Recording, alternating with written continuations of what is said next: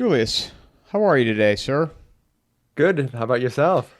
I'm doing good. I was actually I'm very I don't know about you, but I'm very routine based in everything that I do. So I started on my run this morning. I went for a run and went to the gym for a little bit. And there's a grocery store next to me that I go into, and I know a lot. I've lived over here in this area for a long time, and I was talking to some employees there, and we're just talking about the state of the world and where we're at, and I said, I'm at a point now where all my, not all my, but my shifting, I've shifted the show into stuff that it's always been about stuff that I'm interested in, but I'm really the economic side of things, this great reset, global restructuring, what have you, whatever they want to call it, is just to me is the top of the priority. One of the most important stories out there right now. But I also think what's happening in Canada. I mean, I think they're directly tied to each other, and I don't know. India Pakistan that went off yesterday. Not that I'm watching it, but there's nothing I can do about that. Like if they end up nuking each other, what can I do? And I don't think that I don't think push comes to shove, somebody will actually push the button. So I don't worry about that. Yeah, I mean, it feels like what's going on in the West is very much so. It's an emergent story, like what you said with Pakistan and India. I mean, these are long boiling tensions. I mean, there's new dimensions to it. But I think what's going on in the West is this emergent, globalist morality that's emerging, that's writing itself into law and is slowly turning into hard sides pushing against each other. I think that's like as you say, I think that's part of why I'm also so focused on that whole story. So how do you feel as we now have you removed from the election, knowing that Prime Minister, your Prime Minister is going to be Mark Carney? What were your thoughts when he won, and then what are you doing now? It was interesting watching this election where the two candidates, they differ a bit on flavor, but on the core substances, whether it was Pierre Poilievre for the Conservatives or Mark Carney for the Liberals, I mean, the Liberals were literally stealing Poilievre's platform throughout the election. So, I mean, there's very little daylight actually on, important issues from, deficit reduction to like to equalization payments, the climate change narrative, all of these things they basically agree on. I mean, under Polyev, I'm probably less likely to end up, silenced and because of, censorship laws.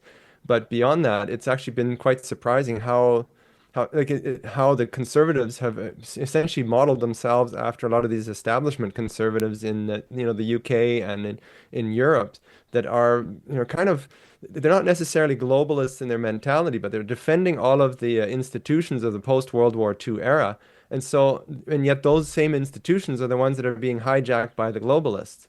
I mean, the idea of, free trade and mass migration and all of these types of things are all sort of they've emerged out of that era, and yet the conservatives, like these establishment conservatives, aren't pushing back against that.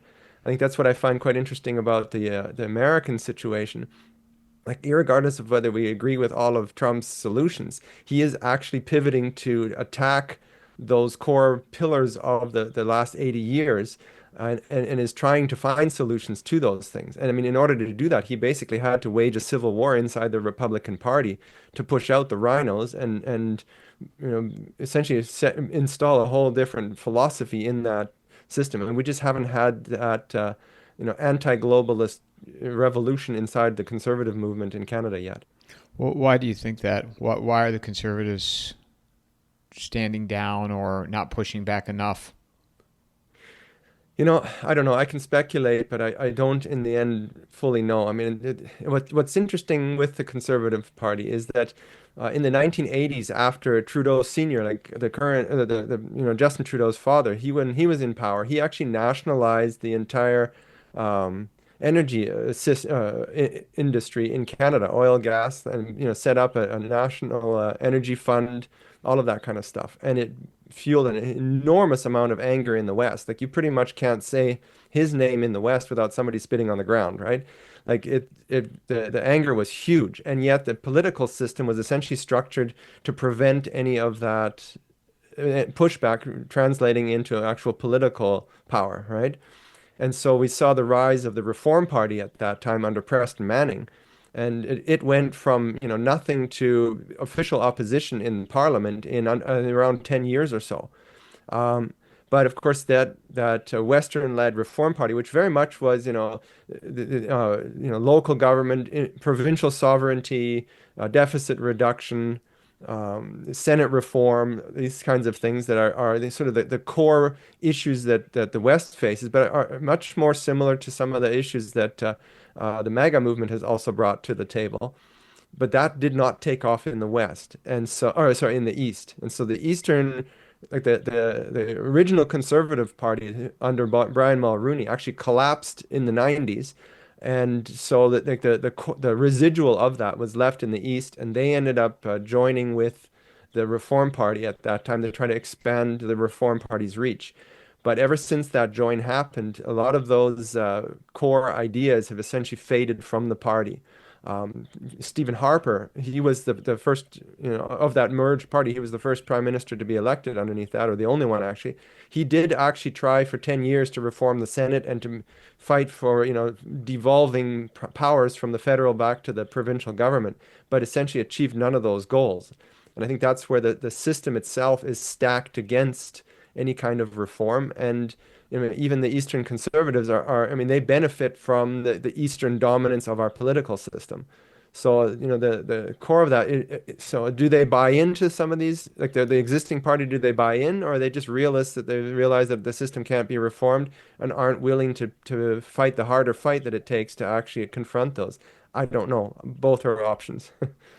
Well, this is a question I've asked myself. I mean, I've come to the answer to it, but I've asked other people in regards to the United States. I'll ask in regards to Canada. Is the system salvageable, in your opinion? The Canadian system needs to be completely gutted. Like, I think that the American Constitution has the right bones, and it's just that a lot of it is being ignored. And if you could roll back some of those things, you would be able to, revive the spirit of liberty that kind of founded America. Whereas in Canada, I mean, our system from day one was built, I mean, by the loyalists that fled after the American Revolution. And once they installed themselves, they built a system that is, very much intended to keep the voting public at arm's length. And so like our system is just solidly impossible to fix. I mean, the other part of that, of course, is how do you fix something if the people themselves can't agree on what needs to be done? I mean, do you want a better leader of the same system, or do you want a complete, renewal of that system to tear down, a broken Senate system, a broken judiciary, all of that? Like, it all needs to come back down in Canada, in my opinion. But I mean, that's the other half of the difficult conversation in Canada is that there isn't an agreement as to where to go next.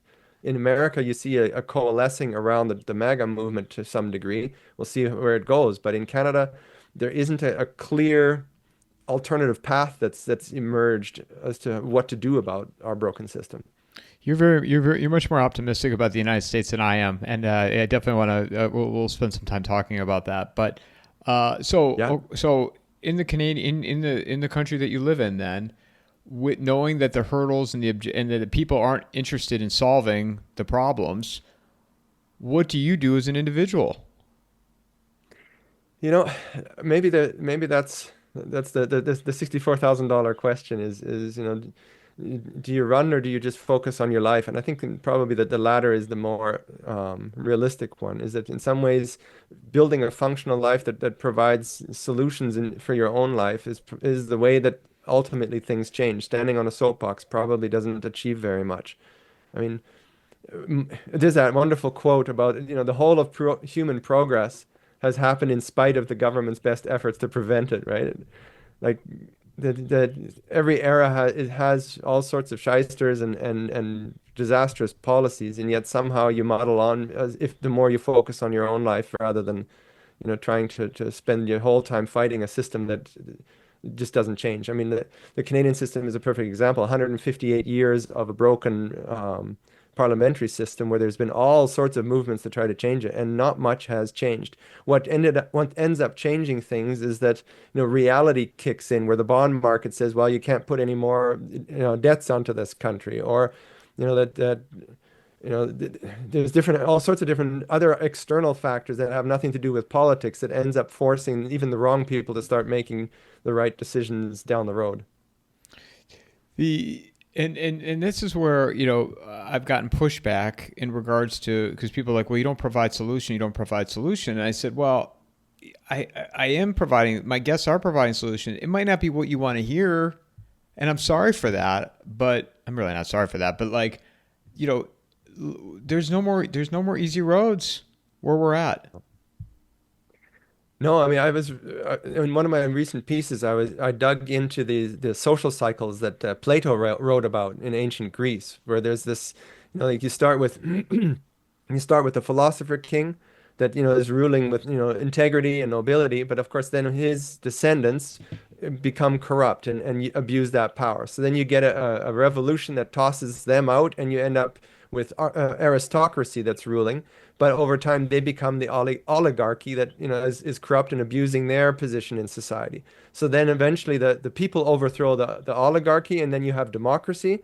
But then the people themselves get corrupted by the power that they now hold through the ballot box. And that evolves into tyranny until eventually some new philosopher king sweeps it away because the laws themselves prevent the system from being reformed. Everybody that in those patronage networks has figured out how to use the system to perpetuate it themselves. And I fear that about where we are at is that unless there's a cultural revival, I mean, it's not enough to have the right guy coming into power. If there's not a cultural revival that says, what do we actually expect from government? Even the most noble politician that comes in right now that fixes it, within one election cycle, it's gone because the people keep voting for bread and circuses.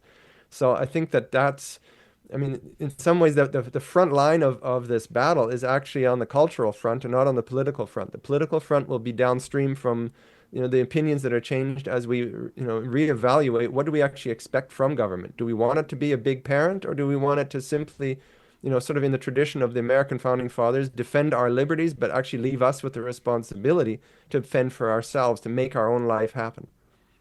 What do you think the people there, the masses would choose? Well, I think that, there's that lovely saying about, hard times create hard men create good times, like that cyclical idea. And I think, a lot of the assumptions of the past, 80 years are essentially running into a brick wall. It hasn't gotten bad enough yet, but I think we're starting to see it in a lot of areas. I mean, look at the MAGA movement is a perfect example, is that all of these regions in flyover country are just fed up with free trade. They can't live with that anymore. And so, I think that they are much more, echoing back to the ideas of your founding fathers, because the solutions of having the big government step in aren't working for them anymore.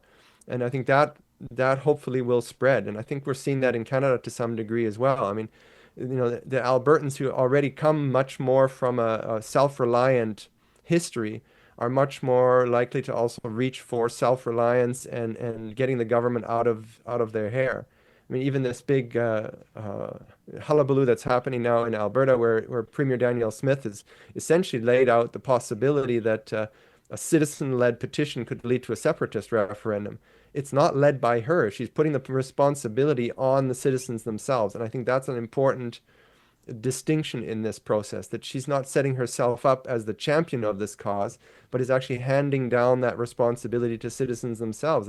If you want this, you have to gather the signatures. I'll do it, but I'm not going to be the leader. I'm not going to be the face of that movement. And I think that, I mean, that does speak to the idea that the citizens themselves are willing and eager to take more responsibility for themselves.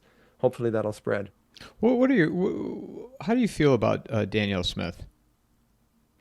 You know, I'm not sure, how committed she is to any of this yet. There's been some areas where she's been great, and others where I'm not terribly pleased. But I think that the fact that she's willing to place this in the hands of a citizen-led initiative tells me that she's, less likely to be an active obstacle to pushing this forward. I mean, she's certainly been clear about voicing a lot of the issues that are undermining Western, prosperity, which is, more than most politicians have been able to do in Canada. So I'm,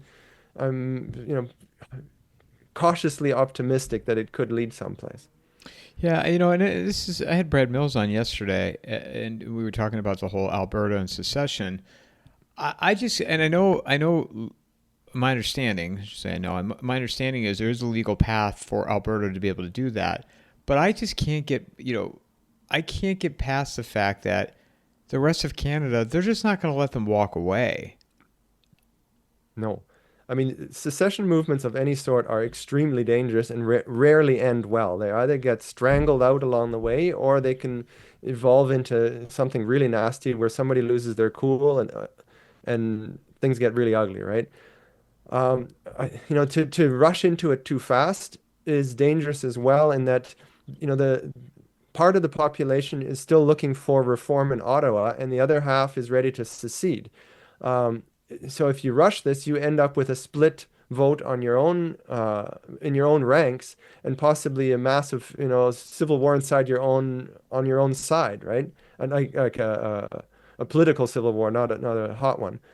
But so like allowing her to lay out these conditions to say, like, these are the things that Alberta needs in order to, move forward. Those conditions are going to be extremely hard for the Canadian government to fulfill, but they are reasonable from the Western perspective. And if, over these next few months the Canadian government continues to play obstacles on all of this, then that would bring a more of a unified approach, or like it would unite Albertans around one solution, like around a separatist solution, so that you actually go into that referendum in agreement. I think the other part of this is also that over these next few months, we're going to see what Trump does in the United States. Because, I mean, what do you do once you achieve separatism?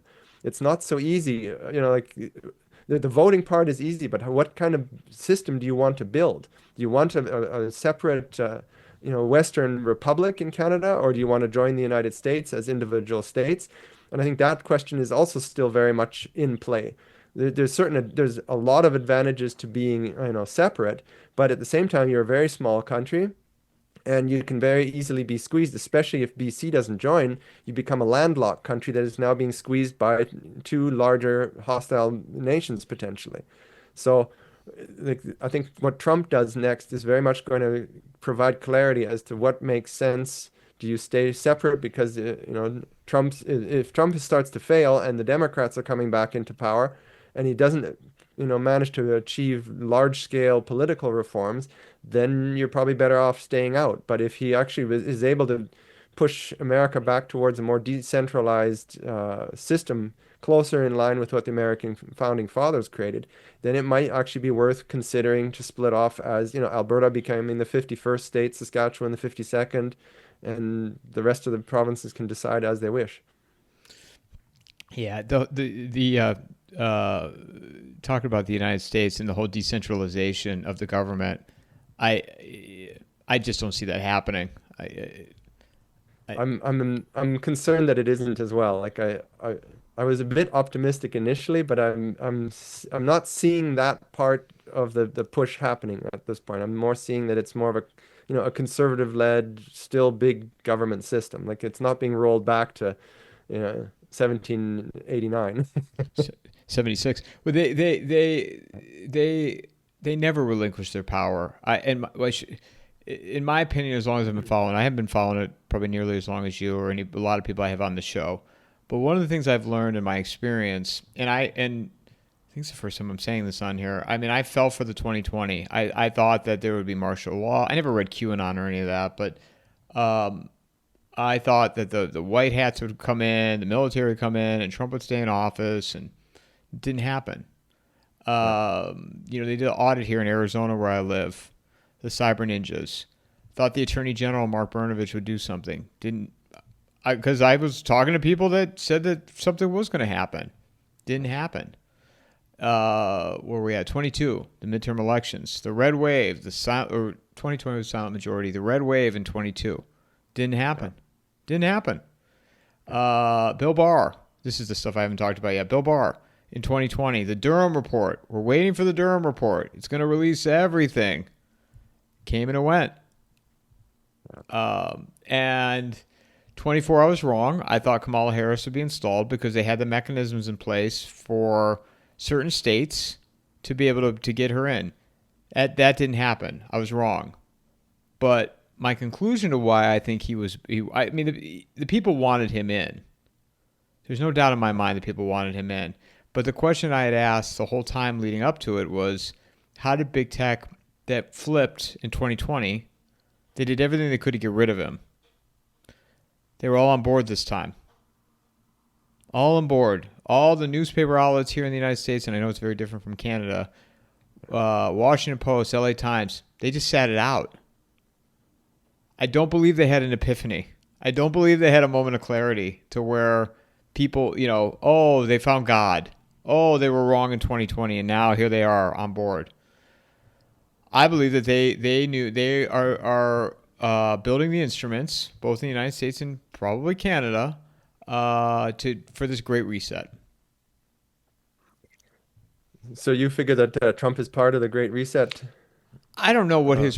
Somebody else asked me that too. I don't know if that's. I don't know that that's relevant in this. In this, I don't know if he's part of it or not. I'd like to think that he's not, but I mean, we are at the end of the line in our financial system. So they are making moves to usher in a new way or a new system, whether that be with stable coins or gold, or I don't know how the Federal Reserve will play a part in that, but you can see what's happening right now with the tariffs, devaluation of the American dollar. That they are pushing forward with this. My friend Matt Smith did a great write up on Substack talking about like the Great Reset is here, because when you think about it, like the instruments to track us, they're basically in place. Yeah, I mean, I did a big deep dive here the other day into this whole tariff thing because I mean, Trump's been portraying it as, the country by country trade imbalances, and yet even his former trade representative Robert Lighthizer, when he was on the Tucker Carlson show, he talked about the fact that this is about global trade imbalances. If the United States doesn't have if that those imbalances aren't addressed, the United States continues to have to print vast amounts of money in order to, refill the financial liquidity inside America as those dollars leave. And so those, prior to the Nixon taking America off the gold standard, every time that there was a trade imbalance, the country that ended up with dollars on hand could demand gold from the United States to exchange those dollars for gold. And so there was this huge flood of gold that left the United States. I think from 1944 until 1971, when the gold standard was removed by Nixon, the gold reserves in the United States went from 20,000 metric tons down to 8,000. Like this is just a complete draining of the financial liquidity. So once they went off the gold standard, that trade imbalance doesn't go away. Only now you just keep printing money or issuing more bonds, and that's part of the reason why there's a 37 trillion dollar bond debt mountain hanging over in the United States. So I think that needs to be addressed. But how? I mean, everybody that benefits from the current system, even if it's long term a disaster, is going to fight like hell to maintain the status quo. And I mean, we've seen that now with when Trump coming in with these tariffs. Nobody wants to just let go of them being able to build capital in their own countries and just allow this system to change. Like even the companies themselves are not happy about it. So that's the other problem with any kind of reform is that there's so many people that become dependent on the status quo that it becomes impossible to shift anything. Well, It almost has to reach a crisis point. well, but also too, if you see what Trump is doing, I mean, they're proposing the largest military budget ever. Yeah. Why? Why? Like, why are we hitting these records in terms of military spending? What is infrastructure, energy, um, you know, it appears, and again, I reference people. They probably people that listen already know because I've talked about it a lot. My friend Matt Smith's article talking about all this. Why it appears that we're centralizing everything in the United States, and and in the same token, reindustrializing, getting companies to move back here. Sounds very Well, similar to another country model, doesn't it? I mean, if you start looking at this and you're like, wow, this, parallels, I think, between here and Beijing. Well, I wonder how much this is that, the realities of a multipolar world is that multipolar worlds are more centered around empires competing with each other. The post-World War II era, there was only one big, 800-pound gorilla in the room, the United States. And so that allowed smaller countries that were allies to do their own thing. But the moment that you start to get additional giants standing up against it, you've got a very different calculation where you don't want like I mean I think this is one of the big issues that has emerged here with Canada as well, that the Chinese are so deeply embedded in Canada that this it potentially is an existential national security threat for the United States. It doesn't mean that they're about to attack from here, but if they can cause a massive social unrest, civil war, whatever they want, that that weakens America in a big way to have that on their doorstep. And I mean, the same thing is on the industrial end. Like if you are building important parts and in China that America needs, the moment you have a war breakout, America is very vulnerable. I mean, China controls something like 90% of the rare earth minerals market, right? And yet, so if China turns that off because China decides, for example, to invade Taiwan, if America threatens to defend Taiwan, all China has to do is turn off the rare earth minerals market, and you've got a massive problem with chips for everything from military planes to cell phones, right? And I mean, the other part of it too is that the trade imbalance with China, if China is sitting on vast mountains of bonds and dollars. Well, again, the moment that you have a war breakout, all China has to do is flood the system with bonds and dollars, and you end up with a currency and a debt crisis in the United States like that, right? So, these are tools of war because they've been left unaddressed for so long. It's a huge risk for America. Yeah, and that's where I think the reindustrialization and moving towards a central government is coming in because, Yeah. if the United States, they're not militarily, they're not prepared for war, and you're No. seeing that, both in Ukraine and what's happening in the Middle East. So, they're putting this plan forward, and to your point, that's another thing I don't concern myself with. It's China, Taiwan. China they don't Right. invade. That's just not what they do. Now, maybe something could change. But I believe that the last military conflict they were in was 1979, where they Something had like that. I boots on can't the remember. ground. Yeah, I can't remember how long ago, but it's been a while. It's that Sun Tzu philosophy of if you actually have to go to war, you've actually failed because the idea is to make your enemy do what you want without having to go to war. And so Taiwan, I just don't see them invading. And I've heard about the economic, they're economically a disaster. They're on the brink, and this maybe they are. But I've heard about this Evergrande. I've been hearing about that for 3 years. It's kind of like the whole Iran nuclear bomb. That's another one of those things where every week Iran is about to get a nuclear weapon. Same thing with Evergrande in China. How long have you been hearing about that for? Forever. Yeah. And they're still moving. I mean, the country hasn't collapsed. No, I mean, I think this is the other part of watching Trump's reforms is that it's one thing to bring the manufacturing back, but if you don't actually address some of the issues at home, China in some ways is providing ironically, is a release valve for, bringing it, having like cheaply manufactured stuff because it's become so, bloated with regulation in the United States and throughout the West. I mean, it's the same thing here in Canada that you can't get anything done. And a lot of the existing rules are being abused. I mean, I come from a farming background, and so, talking to farming, like family members that are farming, one of the biggest gripes they have is with John Deere's software in their tractors, that there's a huge fight brewing there because you're not legally allowed to get into your own tractor to service it because you don't own that software. You only have a license to use it. So now you have farm equipment on your property that you need to go and pay the dealership a vast fee to do anything to your own equipment. So this whole right to repair war is brewing. Well, I mean, that is a massive problem that is self-inflicted throughout the West with, sure, there was initially good reasons for some of these copyright protections, but they're all being abused, and that needs to change. And so, buying a cheap tractor from or smaller equipment from China gives you a way around a system that has actually become predatory at home as well. So there's multiple parts to this. It's not enough to just bring home the manufacturing if you end up leaving everybody in the hands of the corrupt, system at home that is not addressing these issues. It's a multiple puzzle pieces that have to come together here.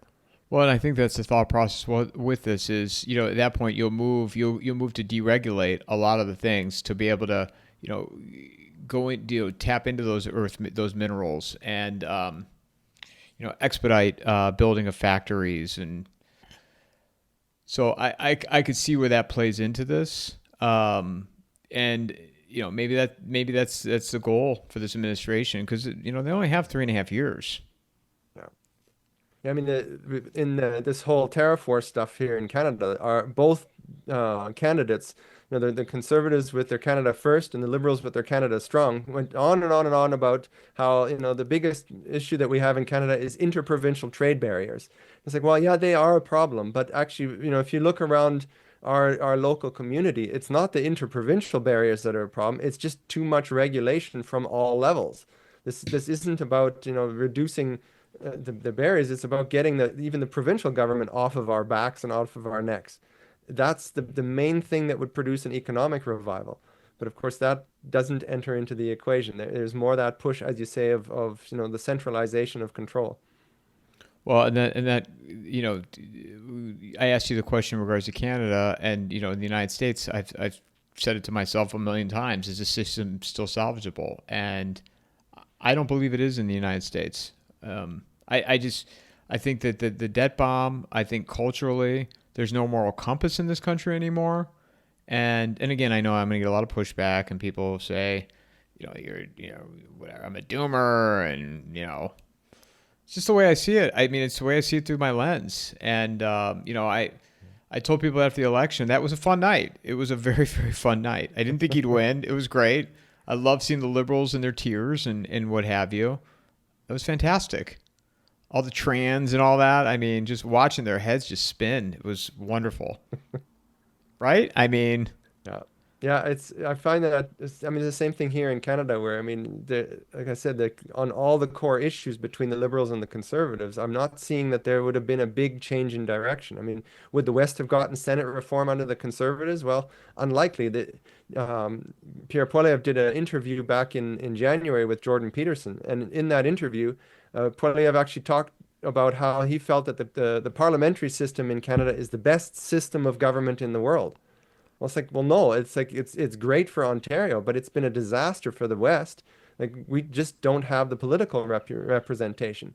But I mean, that statement, it speaks loud and clear that there's no chance that there's going to be any kind of major political reform of our Senate or any of the issues that the West needs to actually have a voice in crafting the policies under which we live. well, and then going back to what you said earlier about the Chinese, the amount of Chinese that are now in Canada in the United States. I mean, I could see that the whole Real ID has become a real hot topic here in America. Actually, I think it goes into effect tomorrow, and I don't have it yet. But like, part of me is like, I might as well go get it because I have a passport. I have a smartphone. I mean, I have an iPhone. I'm on here. I mean, I'm in the system. It's just a reality. And if I'm going to fly, which I have to fly in a couple of weeks, is it just going to make my life a little bit easier to have this thing so I don't get any type of hassle or delay? I don't even know if I'd get it back in time, but I mean, I have my passport. But, this, and people have said, also, well, you're just giving up. No, I'm not. But you have to understand where you're at here. And you have to work within the system the best that you can. I'm in the system. Yeah, exactly. Unless you go for the cabin in the woods somewhere, in Siberia, you pretty much have to fight the culture war, but you can't starve yourself by completely disconnecting. No, I mean, you want to go through life and be. I'm sorry, I didn't mean to cut you off. Do you want to go through life where it'd be so difficult that, I mean, because eventually this Real ID, it's going to work its way to the driver's license, where you won't be able to drive without it. Well, I mean, the other thing too is that a lot of these grand, centrally planned utopian ideas tend to fail. They sound, wonderful or terrible depending on which side of the political aisle you're sitting on. But a lot of them end up exhausting themselves just because they're just not feasible.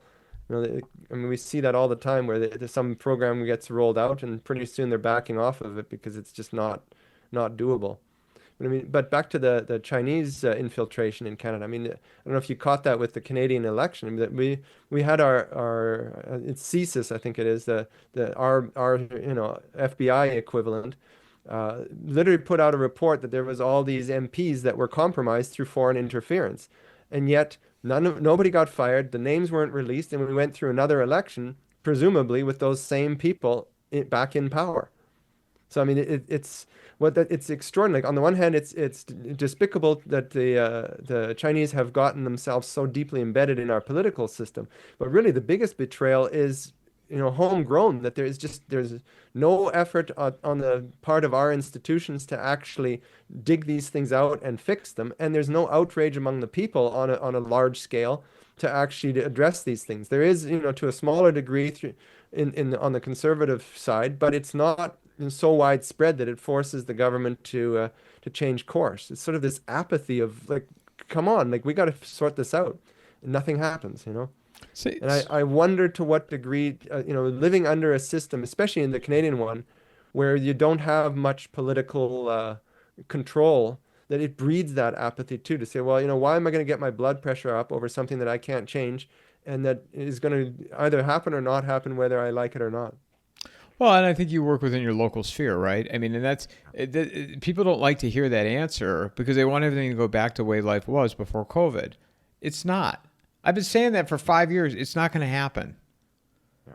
and nobody's coming in to save you. And you know, the whole thing with China infiltrating here in America, in the United States, the universities, the intellectual property, we let it happen. I mean, so is it really their fault? We let this happen. Yeah. Do you They leave the blame? door Do you unlocked and do you wide open. do Yeah. you blame them? I mean, do you blame them for doing what they're doing?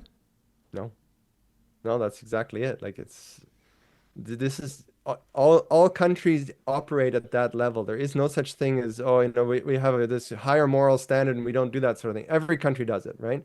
So it's kind of important that every country sorts themselves out at home in order to keep that door firmly shut. The cockroaches only come in when they smell weakness, right? But I think this, what you're talking about with solutions, I think that, this idea of building systems yourself, like, where do you have the power to change things? Trying to do it at the political level often feels like you're just screaming against a brick wall. But I mean, we've seen that I mean, I come from the cattle background with grass-fed pasture production with cattle. I mean, when the first rotational grazing guys came out, of course, the universities were against it. The politicians had no use for it. And yet, enough people started creating functional examples on their own farms that eventually now there's the academia is starting to take some of those things seriously and research it. So it's starting to trickle up. But the first step was literally, creating functional examples, in your own backyard that then gets modeled. And I think, at a bigger scale of what's going on in society, it really is about the same thing of teaching your children the, principles and values and about their own history. Like that's where it starts, and eventually that trickles up.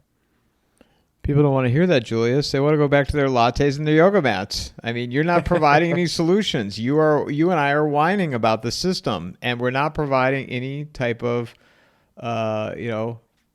path for people to go back to that world.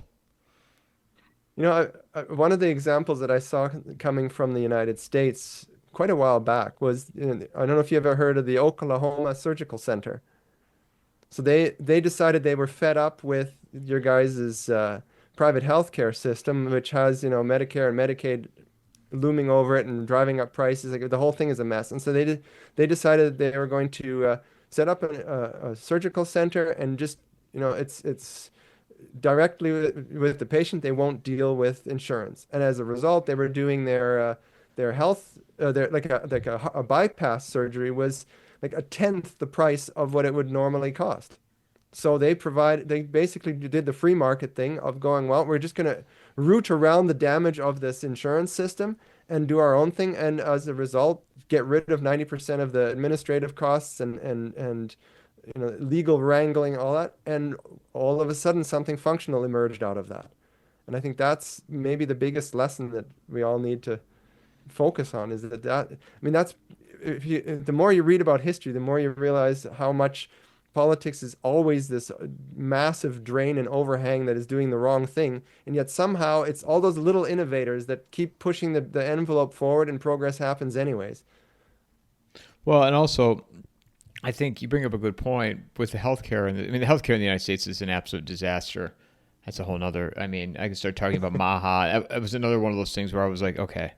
And the breads and circuses, man, people grabbed onto it. They're like, Kennedy, change, Maha. I was like, okay. You really think Big Pharma is going to go? Do you think they're going to go away? You think they're just going to willingly allow somebody to come in there and tear it down? Yeah.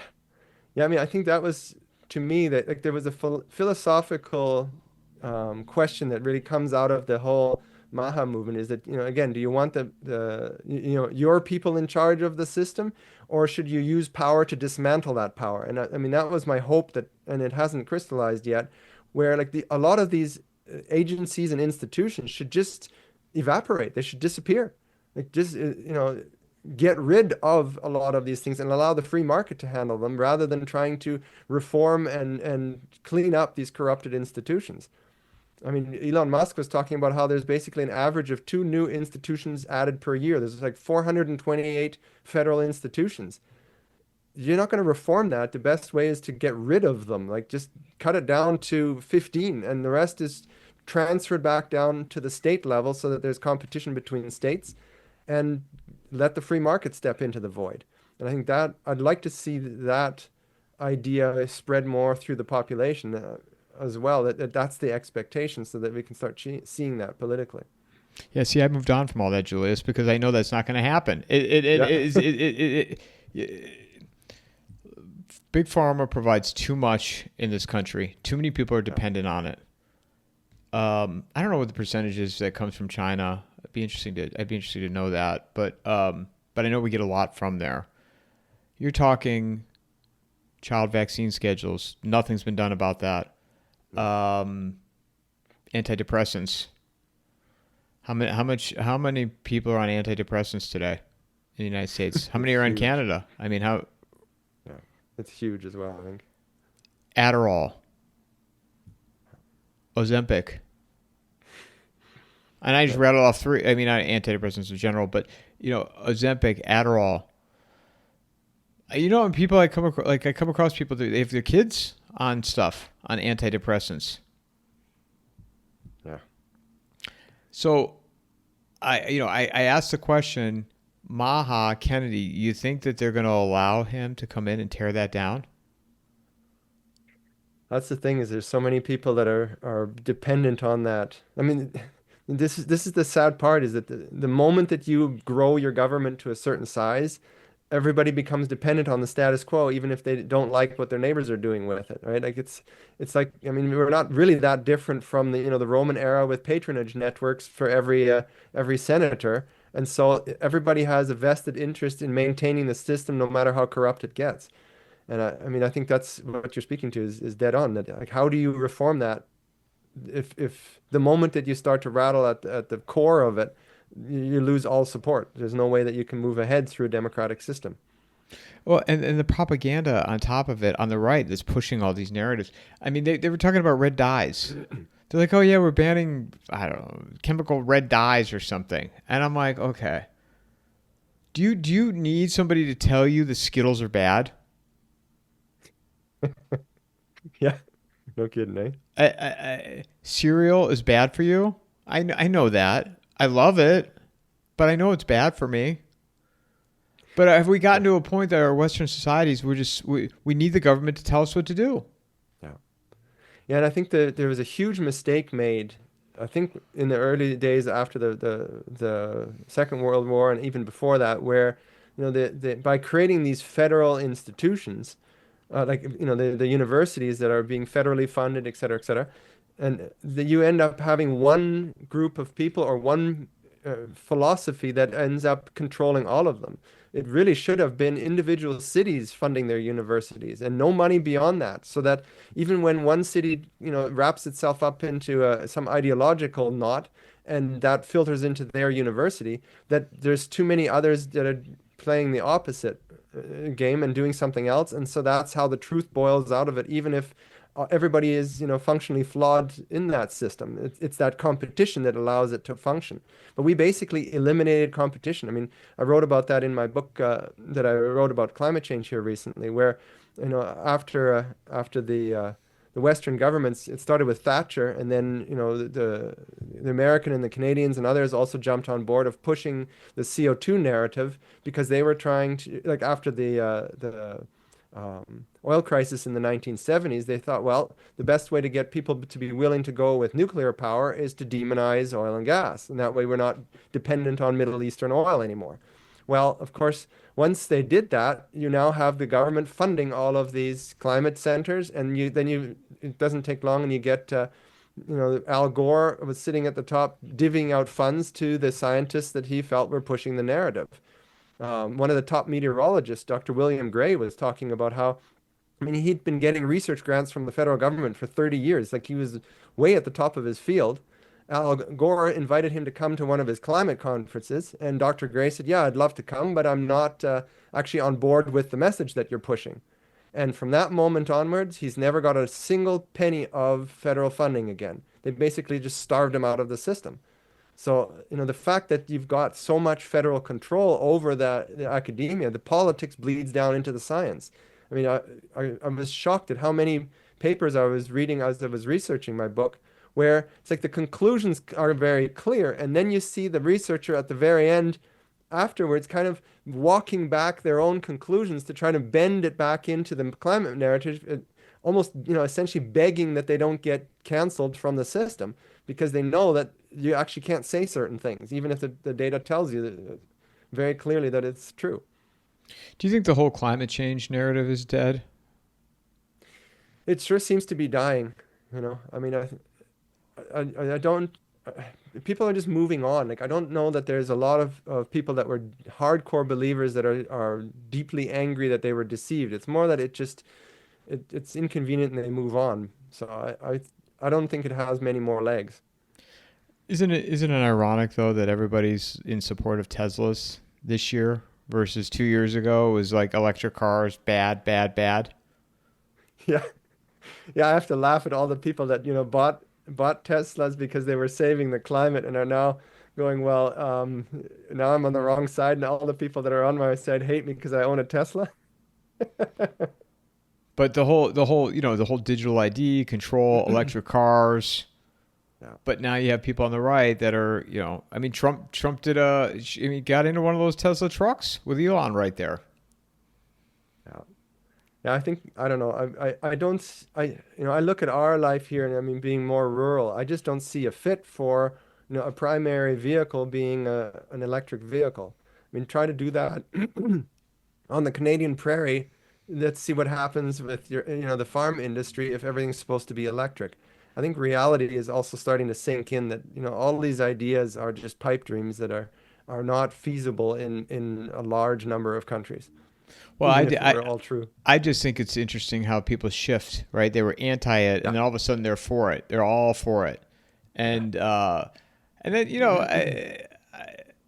I had said after COVID, people would fall for it again. They wouldn't fall for COVID specifically, but you do something in terms of for the country, like case in point, Chinese. All right, you get the real ID from a vote, because eventually it could work its way into voting. I don't know if any of this is going to happen, but just you could see it kind of heading in that direction. I mean, what do I know? The only one listening to me is you right now, Julius. So, but if they did that from a voting standpoint, okay, all the illegals that don't have the real ID, they're not going to be able to vote. You want us to get rid of people in this country? Real ID. That'll separate everything. It's all, and people, they grab onto this stuff. I think Yeah, people would willingly comply again. oh yeah, most likely. I mean, it was shocking here in Canada, where during the whole, from the Freedom Convoy onwards, any kind of patriotism was this hard alt-right, you're basically almost being accused of being a Nazi if you had any kind of sign of patriotism, and the flag was basically taboo. And then the whole tariff war kicked off, and we went from, Canada is a bad place where we need to do land acknowledgements to atone for our past sins, to elbows up and flags everywhere, and we're a patriotic country, and like it was just an almost instant 180-degree turn in society. It's actually quite spooky that we're that easily programmed. I mean, if that's human nature, that doesn't bode well for democracy, that we're that easy to control. And then you just proved my point, right? I Yeah. mean, I people willingly just complied with COVID. James Delingpole just did a quote from Legal Man. I think it was Legal Man is his handle. It was an old post on X, but and I'm paraphrasing here. I could find it. Maybe see if I can read it real quick. But I'm paraphrasing here. But he was people just willingly complied 5 years ago, and nobody put up a fight. I don't care how many guns you had at your house. Nobody put up a fight, and I was one of those Yeah. people. But also, it's vaccine rollout.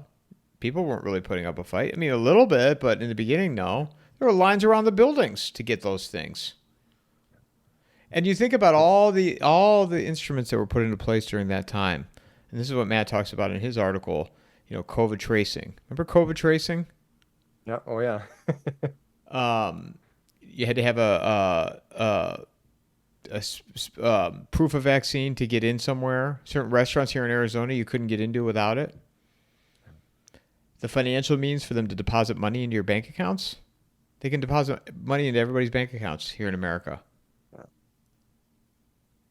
Oh, yeah. Yeah. I mean, I think, a little drop of fear and boom, it's like a bushfire that takes off. But I think, I mean, this is where you can see how the fruits of lousy education over the last, century we're basically paying the price for that now, where people have so little, knowledge of history, knowledge of, scientific principles, et cetera, that it's so easy for something like that to take off. I mean, we see that on both sides, that there's this deferral to experts. Like, what are your credentials? It's like, well, credentials are for a job application, for a resume. They should have nothing to do with, a scientific debate. But if you have no background to draw upon, you back to, well, is this person a credible person? If they sound credible or they have credentials, you go with it. But I mean, that's where the responsibility really does shift to each one of us, and to parents especially, to find ways around a broken education system, and to educate ourselves, because then we become more informed. And I think that is taking off. I mean, the fact that take the Jordan Peterson phenomenon is kind of interesting, where, I mean, can you imagine 20 years ago somebody standing on stage for 2 hours talking about philosophy? Like, nobody would have paid a dime for that. And now all of a sudden he's selling tickets all around the world. And that suggests to me that beneath all of this, there is a hunger and a revival starting. It'll take time, but it is trickling upwards. It's happening. I mean, the podcast sphere, everything from the Rogan show to, the Jordan Peterson phenomenon suggests that people are willing to start stepping outside of the government oatmeal that's provided, Yeah, I still think push comes to shove. I think people will just willingly comply again. I mean, hope I'm wrong, but I saw the fragility of the system back in 2020, and again, it has to be something different. But the right scenario, I think people will just comply. Oh yeah, I think that these are shifts that probably take decades to generations to to change the course of a culture.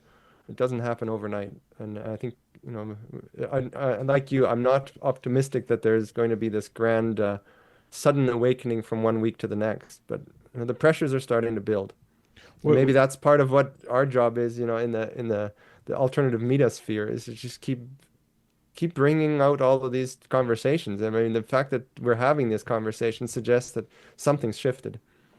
what is your primary focus right now on your Substack and what you're concentrating on? Concentrating I've been on. doing I kind of been splitting back and forth between, like I'm trying to tell the deeper story, the nuanced stories behind both, democratic, for democracy and for scientific stuff. So I did a big deep dive into, the Canada's political problems.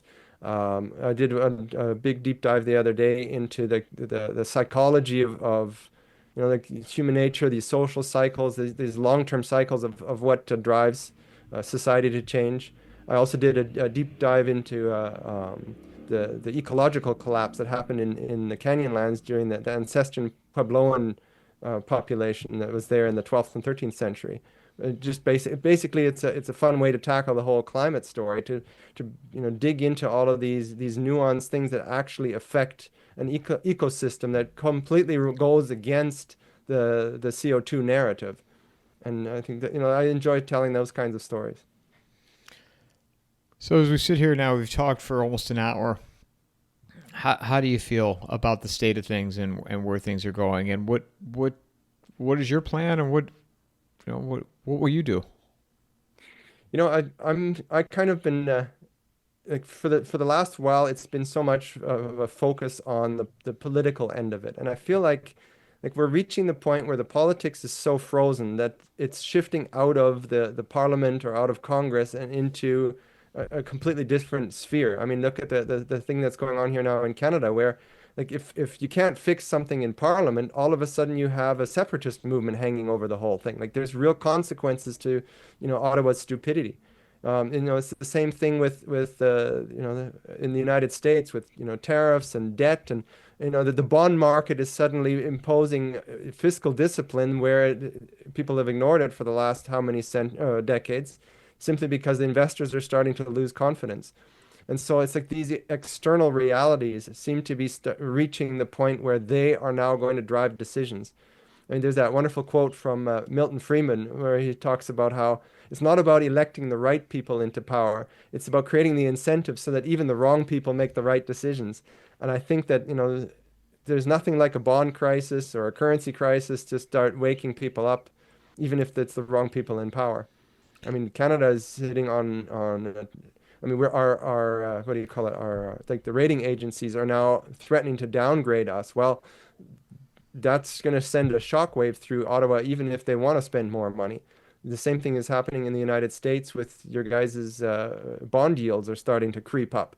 It says that, the status quo has to be changed regardless of what ideology is in power. Will you stay in Canada? Oh yeah, I mean, coming with so many of the rest of my family involved with farming and all that, we're tied to the land, so this is home.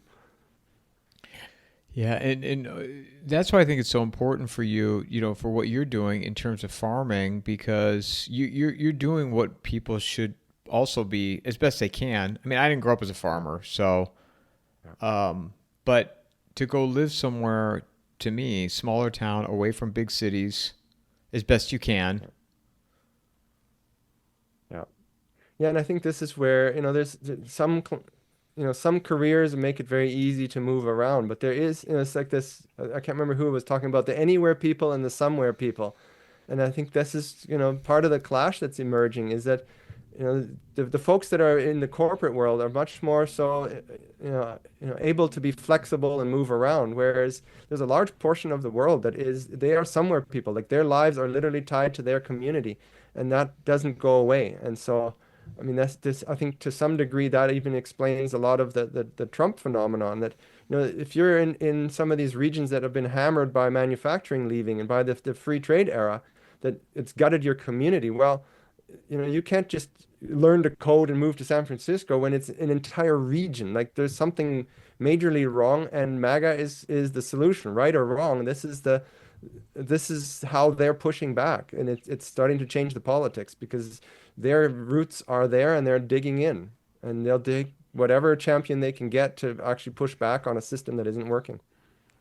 That's the other thing too. When you bring up the anywhere people, during COVID, work from home became almost a standard for a lot of organizations. That was also, I mean, they were able to, maintain control, digital control over people.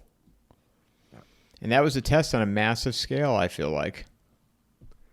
Very much so. And I think that's probably a big, like it's poured a lot of gasoline on the populist movements around the world, is that the folks that are not a part of that laptop class, you know, everybody sort of expects them to go and take the risks and carry on. I mean, they were all going to work during COVID. There isn't a single garbage collector, welder, electrician, any of those people that were sitting at home doing their thing, right?